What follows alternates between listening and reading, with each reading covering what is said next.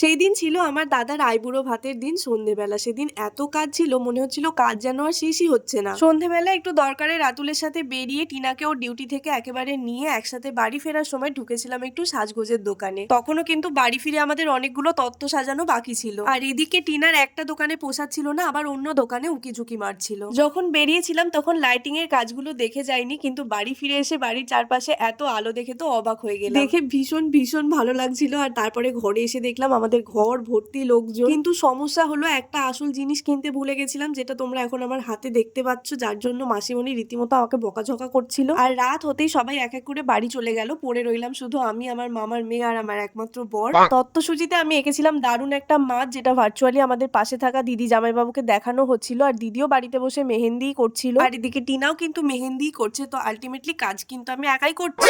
তারপর সবকিছু কাজ মিটিয়ে আমরা 3টের সময় শুতে গেছি, তারপর 5টার সময় আবার উঠে পড়েছি।